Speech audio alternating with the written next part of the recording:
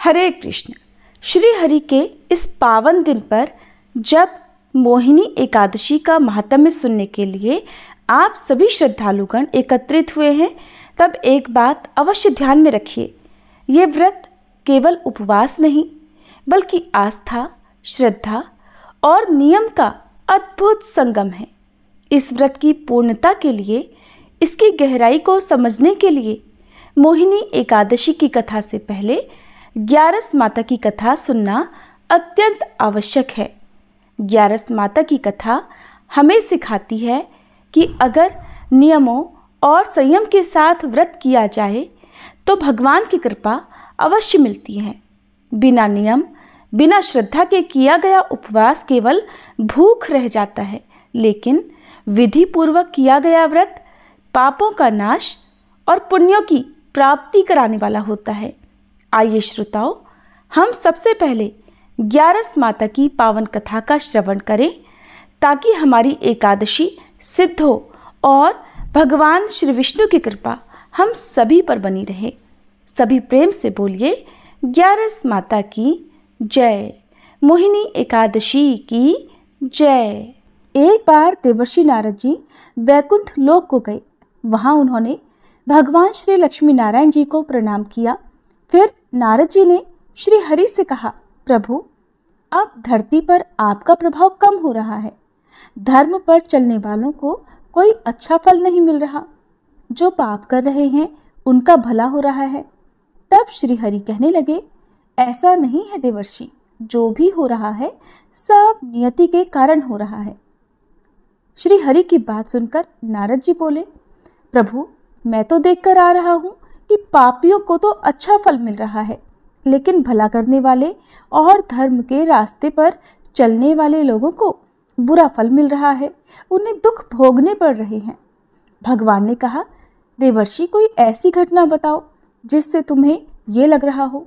नारद जी कहने लगे, प्रभु, अभी अभी मैं एक जंगल से आ रहा हूँ। वहाँ पर एक गाय दलदल में फंसी हुई थी। कोई भी उसे बचाने वाला नहीं था। थोड़ी ही देर के बाद मैंने देखा कि एक चोर उधर से गुजरा। दलदल में फंसी हुई गाय को देखकर वो रुका तक नहीं, बल्कि उस गाय पर पैर रखकर वह दलदल से भरा हुआ गड्ढा लांघकर आगे निकल गया।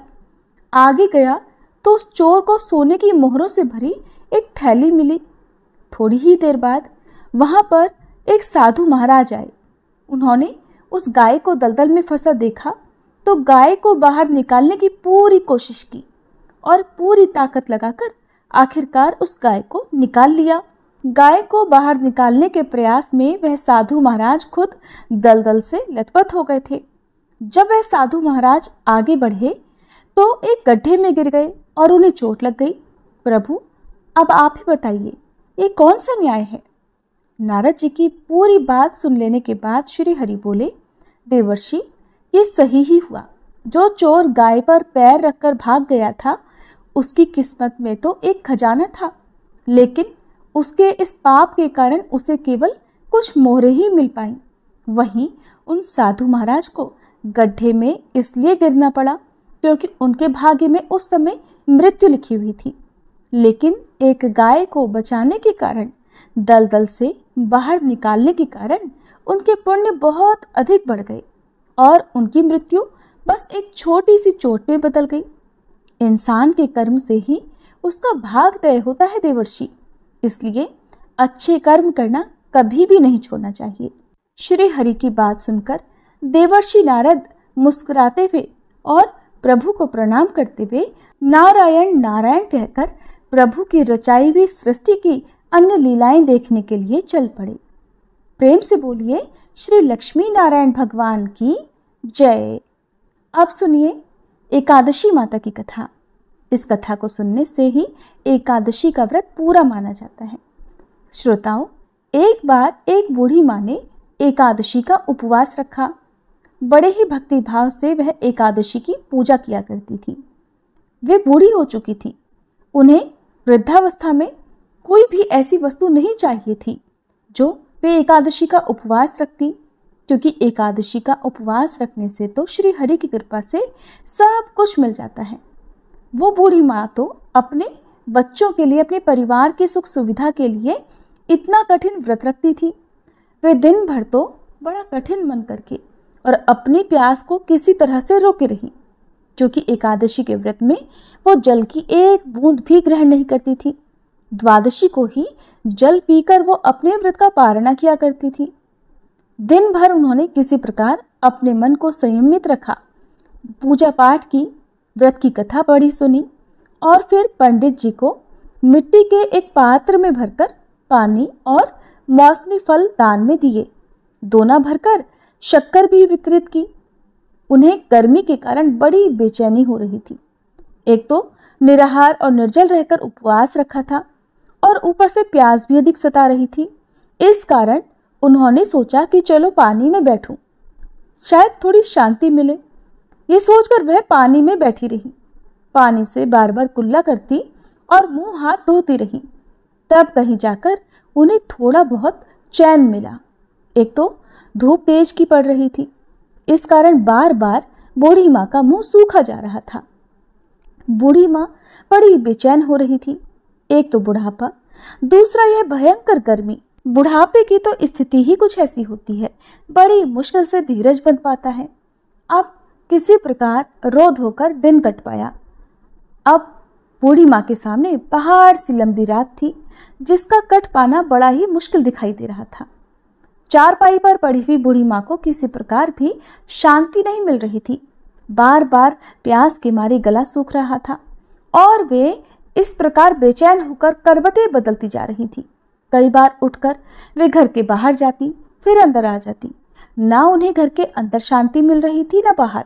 वे पड़ी पड़ी एकादशी माता को याद करती रहीं और मन में ध्याती रहीं कि हे माता, आप मेरी लाज रखिएगा, आप ही मुझे शक्ति दीजिएगा ताकि मैं भली भांति आपका व्रत कर सकूं और ये पहाड़ सी रात सुकून से बीत जाए।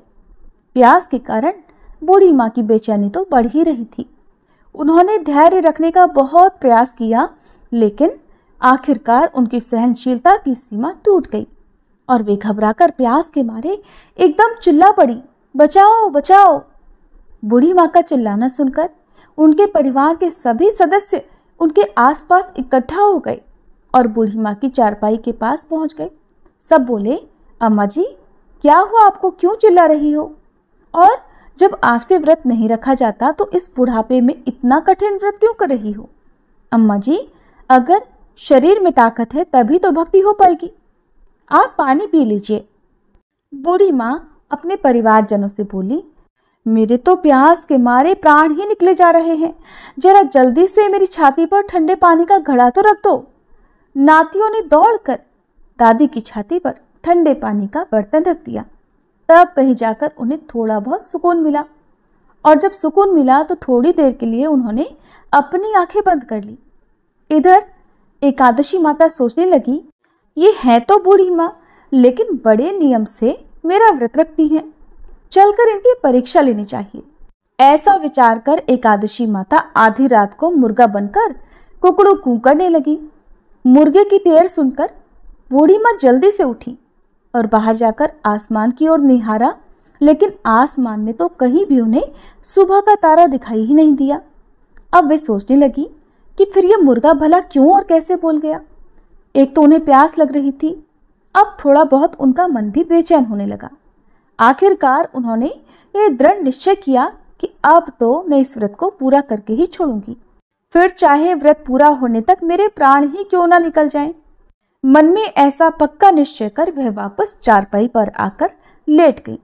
थोड़ी ही देर के बाद एकादशी माता ने उनकी फिर से परीक्षा लेनी चाहिए, तो वह एक छोटी सी कन्या का रूप धरकर गिलास में मीठा पानी लेकर उनके सिरहाने खड़ी हो गई और जोर से बोली, दादी जी सवेरा हो गया है, आप हाथ मुंह धोकर शरबत पी लीजिए। पहले तो शरबत का भरा हुआ गिलास देखकर बूढ़ी माँ का मन ललचाने लगा।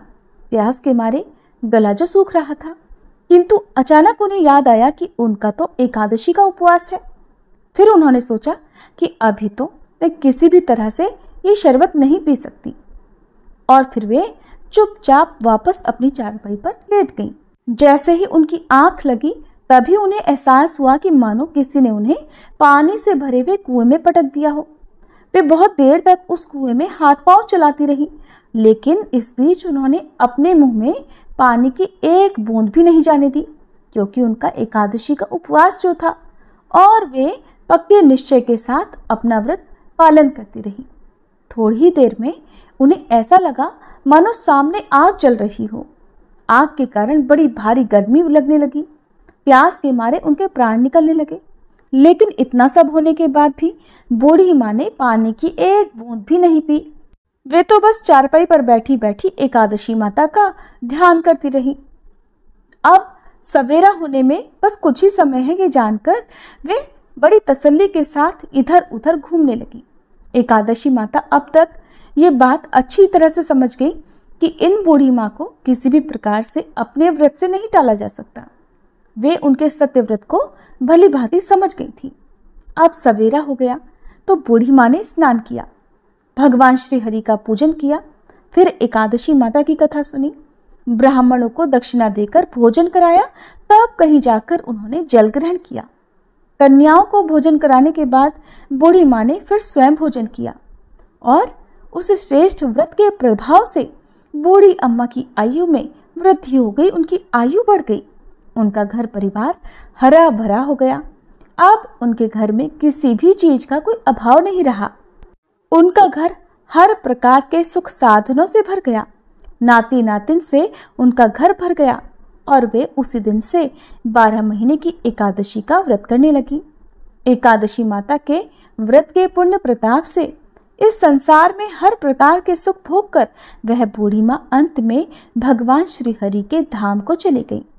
जैसे एकादशी माता ने उन बूढ़ी माँ को और उनके परिवार को हरा भरा किया, वैसे ही हे एकादशी माता, हम सभी की मनोकामनाएं पूर्ण कीजिएगा। प्रेम से बोलिए श्री लक्ष्मी नारायण भगवान की जय। एकादशी माता की जय। हस्तिनापुर की राजसभा में आज फिर एक विशेष दिव्यता का संचार हो रहा है। महाराज युधिष्ठिर सिंहासन पर विराजमान हैं। हृदय में धर्म के गूढ़ रहस्यों को जानने की तीव्र लालसा है। तभी दूर से श्री हरि श्री कृष्ण के रथ की मधुर ध्वनि सुनाई देती है। सूर्य की किरणें उनके रत्न जटित रथ पर पड़कर चारों दिशाओं को आलोकित कर रही हैं। भगवान श्री कृष्ण मुस्कुराते हुए प्रेममयी दृष्टि से युधिष्ठिर महाराज की ओर बढ़ रहे हैं। उनके चरण पड़ते ही सभा दिव्यता से भर जाती है।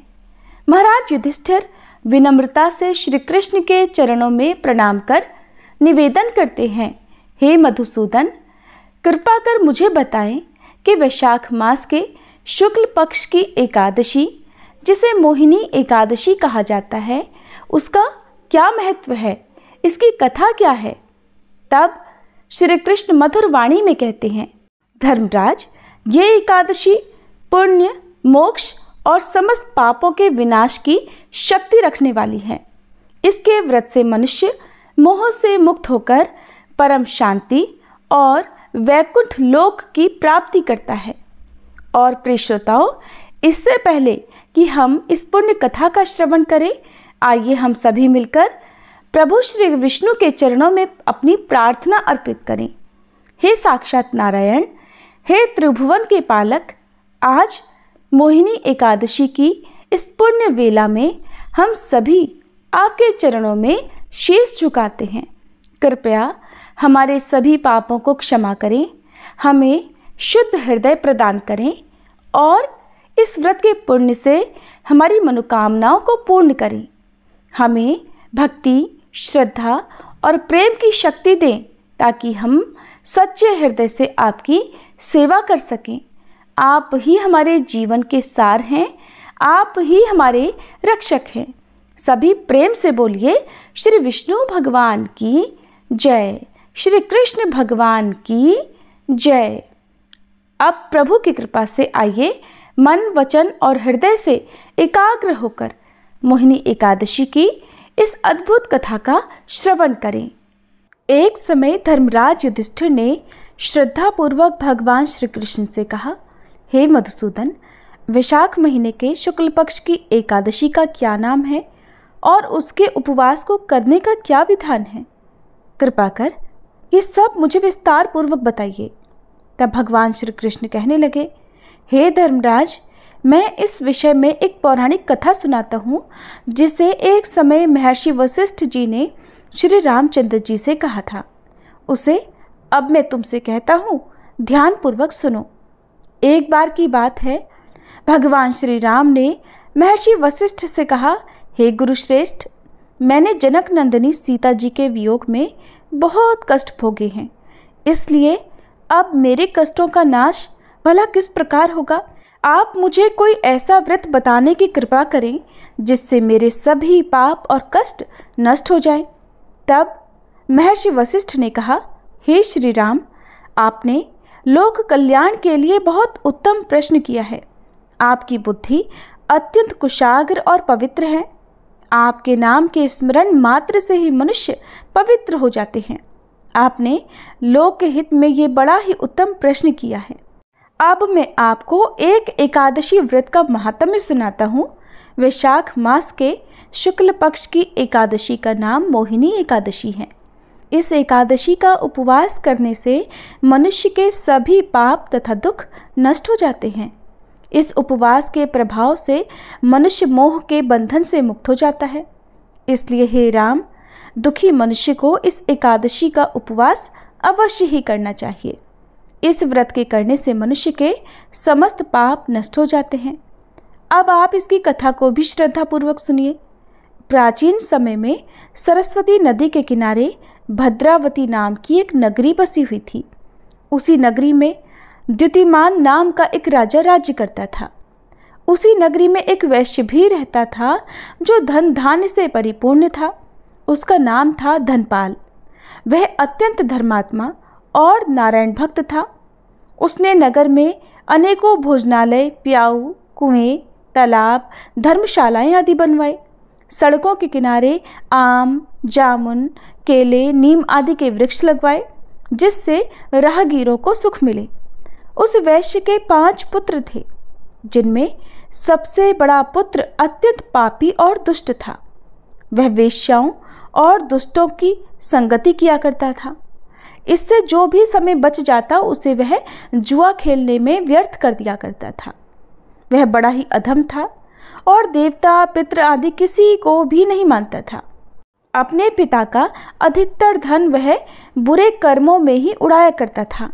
मद्यपान और मांस खाना उसका हर दिन का कर्म था। जब काफ़ी समझाने बुझाने पर भी वह नहीं सुधरा, तब दुखी होकर उसके पिता, भाइयों और परिवारजनों ने उसे घर से निकाल दिया और उसकी निंदा करने लगे। घर से निकाले जाने के बाद अब वह अपने आभूषणों और वस्त्रों को बेच बेच कर अपना गुजारा करने लगा। धन नष्ट हो जाने पर वेश्याओं तथा उसके दुष्ट साथियों ने भी उसका साथ छोड़ दिया। जब वह भूख प्यास से व्यथित हो गया, तब उसने चोरी करने का विचार किया और रात में अब वह लोगों के घर में चोरी कर करके अपना पेट पालने लगा। लेकिन एक दिन वह पकड़ा गया, किंतु सिपाहियों ने वैश्य का पुत्र जानकर उसे छोड़ दिया। जब वह दूसरी बार फिर से पकड़ा गया, तब सिपाहियों ने भी उसका कोई लिहाज नहीं किया और राजा के सामने प्रस्तुत करके उसे सारी बात बताई। तब राजा ने उसे कारागार में डलवा दिया। कारागार में राजा के आदेश से उसे बहुत कष्ट दिए गए और अंत में उसे नगर छोड़कर जाने को कह दिया गया। दुखी होकर अब उसे वह नगर छोड़ना पड़ा। अब वह दुष्ट जंगल में पशु पक्षियों को मार मार कर अपना पेट भरने लगा, कच्चा मांस खाने लगा। फिर बहेलिया बन गया और धनुष बाण से जंगल के बेजुबान प्राणियों को मार मार कर खाने और बेचने लगा। एक बार भूख और प्यास से व्याकुल होकर वह भोजन की तलाश में निकला और कौंडिन्य मुनि के आश्रम में जा पहुंचा। उन दिनों वैशाख का महीना था। कौंडिन्य मुनि गंगा स्नान करके आए हुए थे। उनके भीगे वस्त्रों के छींटे मात्र पड़ने से उस पापी को कुछ सद्बुद्धि मिली। वह अधम अब ऋषि के पास जाकर हाथ जोड़कर विनम्रता पूर्वक कहने लगा, हे महात्मा, मैंने अपने जीवन में अनेकों पाप किए हैं। कृपा कर आप उन पापों से छूटने का कोई साधारण और बिना धन का उपाय बताइए। मैं उन सभी पापों से मुक्त होना चाहता हूँ। तब ऋषि ने कहा, तू ध्यान देकर सुन। वैशाख मास के शुक्ल पक्ष की एकादशी का व्रत कर। इस एकादशी का नाम मोहिनी है। इसका उपवास करने मात्र से ही तेरे सभी पाप नष्ट हो जाएंगे। ऋषि के वचनों को सुनकर वह बहुत प्रसन्न हुआ और उनकी बतलाई हुई विधि के अनुसार फिर उसने मोहिनी एकादशी व्रत का पालन किया। वशिष्ठ मुनि कहते हैं, हे श्री राम, इस व्रत के प्रभाव से उसके सभी पाप नष्ट हो गए और फिर अंत में वह गरुड़ पर सवार होकर श्री विष्णु लोक को गया।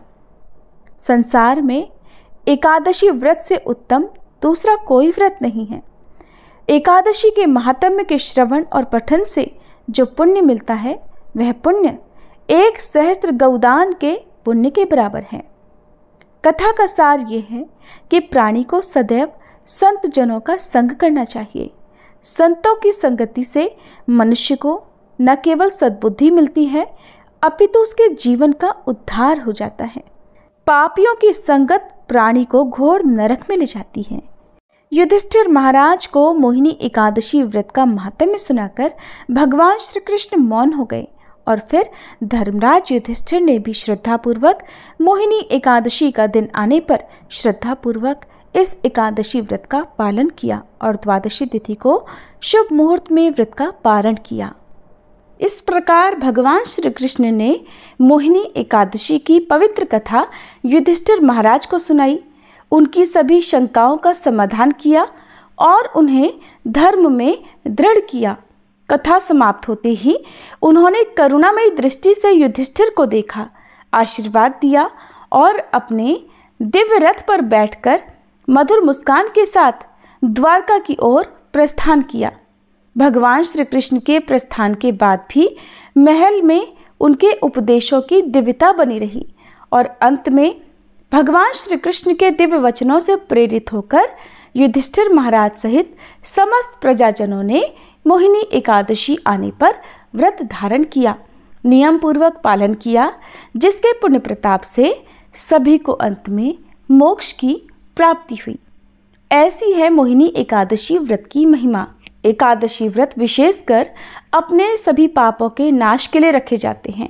तो आइए प्रिय श्रोताओं, अब हम सभी सच्चे मन से अपने जाने अनजाने में किए गए पापों का प्रायश्चित करने के लिए भगवान श्री हरि से प्रार्थना करें और सुने पाप नाशन स्तोत्र का हिंदी अनुवाद।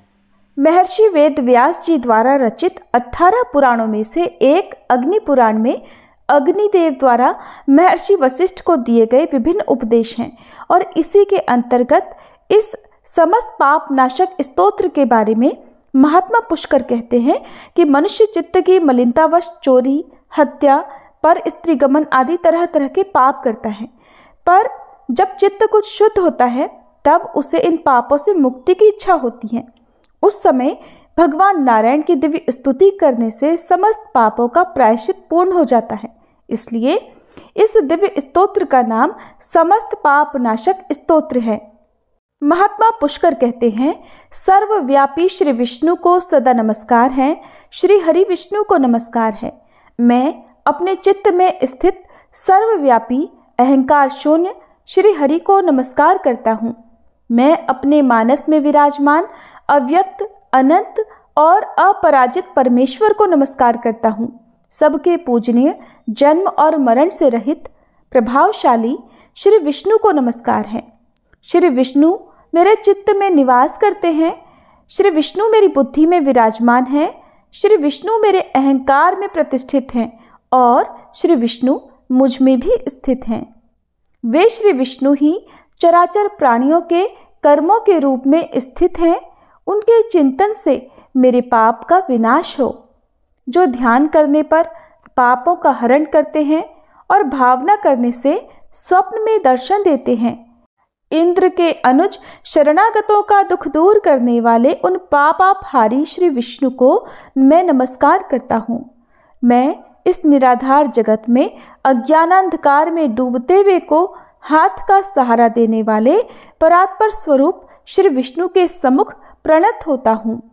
सर्वेश्वर प्रभु, कमल नयन परमात्मन ऋषिकेश, आपको नमस्कार है। इंद्रियों के स्वामी श्री विष्णु, आपको नमस्कार है। हे नरसिंह, अनंत स्वरूप गोविंद, समस्त भूत प्राणियों की सृष्टि करने वाले केशव, मेरे द्वारा जो दुर्वचन कहा गया हो अथवा पाप पूर्ण चिंतन किया गया हो, मेरे उस पाप का प्रशमन कीजिए, आपको नमस्कार है। केशव, अपने मन के वश में होकर मैंने जो न करने योग्य अत्यंत उग्र पाप पूर्ण चिंतन किया है, उसे शांत कीजिए। परमार्थ परायण ब्राह्मण प्रिय गोविंद, अपनी मर्यादा से कभी च्युत न होने वाले जगन्नाथ, जगत का भरण पोषण करने वाले देवेश्वर, मेरे पाप का विनाश कीजिए। मैंने मध्याह्न, अपराह्न, सायंकाल एवं रात्रि के समय जानते हुए अथवा अनजाने शरीर, मन एवं वाणी के द्वारा जो पाप किया हो, पुंडरीकाक्ष, ऋषिकेश, माधव, आपके इन 3 नामों के उच्चारण से मेरे वे सब पाप क्षीण हो जाएं। हे कमल नयन लक्ष्मीपते, इंद्रियों के स्वामी माधव, आज आप मेरे शरीर एवं वाणी के द्वारा किए हुए पापों का हनन कीजिए। आज मैंने खाते, सोते, खड़े, चलते अथवा जागते हुए मन, वाणी और शरीर से जो भी नीच एवं नरक की प्राप्ति कराने वाला सूक्ष्म अथवा स्थूल पाप किया हो, भगवान वासुदेव के नामोच्चारण से वे सब विनष्ट हो जाएं। जो परब्रह्म, परम धाम और परम पवित्र हैं, उन श्री विष्णु के संकीर्तन से मेरे सब पाप लुप्त हो जाएं। जिसको प्राप्त होकर ज्ञानी जन पुनः लौट कर नहीं आते, जो गंध, स्पर्श आदि तन्मात्राओं से रहित हैं, श्री विष्णु का वह परम पद मेरे पापों का शमन करे। जो मनुष्य पापों का विनाश करने वाले इस स्तोत्र का पठन अथवा श्रवण करता है, वह शरीर, मन और वाणी जनित समस्त पापों से छूट जाता है एवं समस्त पाप ग्रहों से मुक्त होकर श्री विष्णु के परम पद को प्राप्त होता है। इसलिए किसी भी पाप के हो जाने पर इस स्तोत्र का जप करें। यह स्तोत्र पाप समूहों के प्रायश्चित के समान है। कृच्छ्र आदि व्रत करने वालों के लिए भी यह श्रेष्ठ है। स्तोत्र, जप और व्रत रूप प्रायश्चित से संपूर्ण पाप नष्ट हो जाते हैं। इसलिए भोग और मोक्ष की सिद्धि के लिए इनका अनुष्ठान करना चाहिए। आइए अब हम सभी मिलकर प्रेम से एकादशी माता की आरती गाते हैं। ओम जय एकादशी माता, मैया जय एकादशी माता, विष्णु पूजा व्रत को धारण कर शक्ति मुक्ति पाता। ओम जय एकादशी माता, तेरे नाम गिनाऊं देवी, भक्ति प्रदान करनी, गण गौरव की देनी, माता शास्त्रों में वरनी। ओम जय एकादशी माता। मार्गशीर्ष के कृष्ण पक्ष की उत्पन्ना, विश्वतारिणी जनमी, शुक्ल पक्ष में हुई मोक्षदा, मुक्तिदाता बन आई। जय एकादशी माता। पौष के कृष्ण पक्ष की सफला नामक है, शुक्ल पक्ष में होए पुत्रदा, आनंद अधिक रहे। ओम जय एकादशी माता। नाम षट तिला माघ मास में कृष्ण पक्ष आवे, शुक्ल पक्ष में जया कहावे, विजय सदा पावे। जय एकादशी माता। विजया फागुन कृष्ण पक्ष में शुक्ला आमल की, पाप मोचनी कृष्ण पक्ष में चैत्र महाबली की। ओम जय एकादशी माता। चैत्र शुक्ल में नाम कामदा धन देने वाली। नाम बरूथनी कृष्ण पक्ष में वैशाख महावाली। ओम जय एकादशी माता। शुक्ल पक्ष में होए मोहनी अपराजेष्ठ कृष्ण पक्षी। नाम निर्जला सब सुख करनी शुक्ल पक्ष रखी। जय एकादशी माता। योगिनी नाम आषाढ़ में जानो कृष्ण पक्ष करनी। देव शयनी नाम कहायो शुक्ल पक्ष धरनी। जय एकादशी माता। कामिका श्रावण मास में आवे कृष्ण पक्ष कहिए। श्रावण शुक्ला होए पवित्रा आनंद से रहिए। जय एकादशी माता। अजा भाद्रपद कृष्ण पक्ष की परिवर्तनी शुक्ला। इंद्रा आश्विन कृष्ण पक्ष में वृत से भव सागर निकला। जय एकादशी माता। पापांकुशा है शुक्ल पक्ष में आप हरनहारी। रमा कार्तिक में आवे सुखदायक भारी। ओम जय एकादशी माता। देवोत्थानी शुक्ल पक्ष की दुख नाशक मैया। पावन मास में करू विनती पार करो नैया। ओम जय एकादशी माता। परमा कृष्ण पक्ष में होती जन मंगल करनी। शुक्ल पक्ष में होए पद्मनी दुख दारिद्र हरनी। ओम जय एकादशी माता। जो कोई आरती एकादशी की भक्ति सहित गावे। जन गुर्दिता स्वर्ग का वासा निश्चय वह पावे। ओम जय एकादशी माता। मैया जय एकादशी माता। ओम जय एकादशी माता।